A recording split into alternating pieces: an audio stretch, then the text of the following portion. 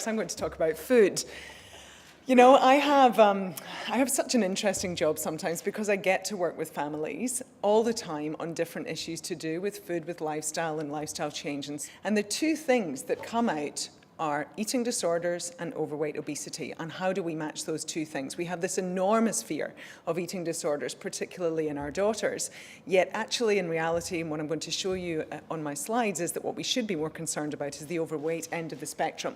So really what I want you to understand is how do we chart the path between these two extremes, and how do we get our kids eating healthily, have an interest without it being an obsession in having a good, strong, healthy body without it falling into being susceptible to the media images that we get in terms of what they're exposed to in magazines, in the fashion world, and on television, and how do we protect them from that? The reality is, and this is what I really want to emphasize to you first of all, our kids are getting fatter. If I can tell you the health problem for this century, it is overweight and obesity. Our environment makes it bloody hard for us to keep control of our weight. Our jobs, including mine, demands that we sit down for an awful lot of our time. We are surrounded by food. We never have to be hungry. The minute we're hungry, I can go to the back of the room and get a cookie. We now have a situation where more Australians are overweight than there are normal weight.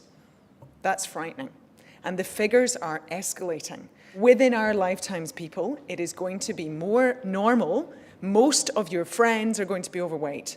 And being a healthy, fit body is going to be unusual. What I'm talking about is what leads us to heart disease, to several types of cancer, to type 2 diabetes. Kids as young as 10 and 11 are getting type 2 diabetes. It is not normal. It might be average if your child is overweight, but it is not normal and it is not healthy. One of the problems that we do face, however, is this idea that beauty is about being skinny. Now, these are real images.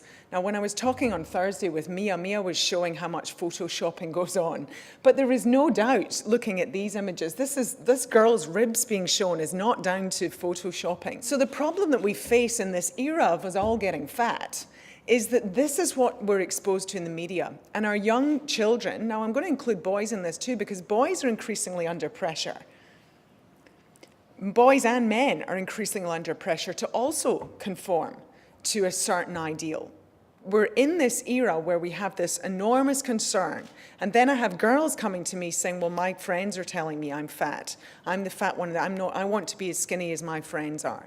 So how do we walk this line between thinking, well, we've got to teach them that this is not normal and this is not healthy? You have to try to encourage your kids to have better role models. So the more that we can encourage our kids to have our athletes and sports people as role models, and that those of us working in the media start to project more of what is a normal, healthy, fit, strong body, not skinny.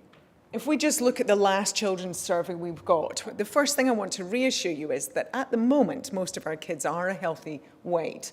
But just look at the yellow column there is the number who are overweight. So we're pretty close at the moment to 1 in 5 of our kids is overweight. The blue is obese, and then the gray is underweight. 22% of the 4 to 8-year-olds were eating enough vegetables. Only 5% of 14 to 16-year-olds were. We're now seeing true nutrient deficiencies. I've got a child on my books at the moment here where the doctor's suspecting rickets.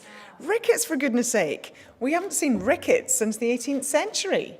It's incredible, and it's because of nutrient deficiencies. We're eating food that gives us calories without nutrients. And this is what's happening in our kids.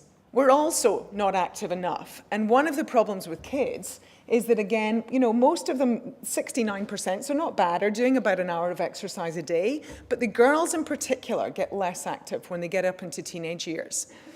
It's great that sport is such a strong player here in Australia.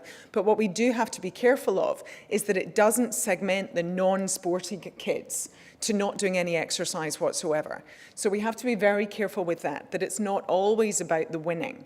Okay, and it's not always about being particularly good at it. Even when you're not very good at it, you've still got to move. It's frightening how many kids are spending so much time in front of a screen and they're not going outside, kicking a ball and riding their bikes. Thank you very much.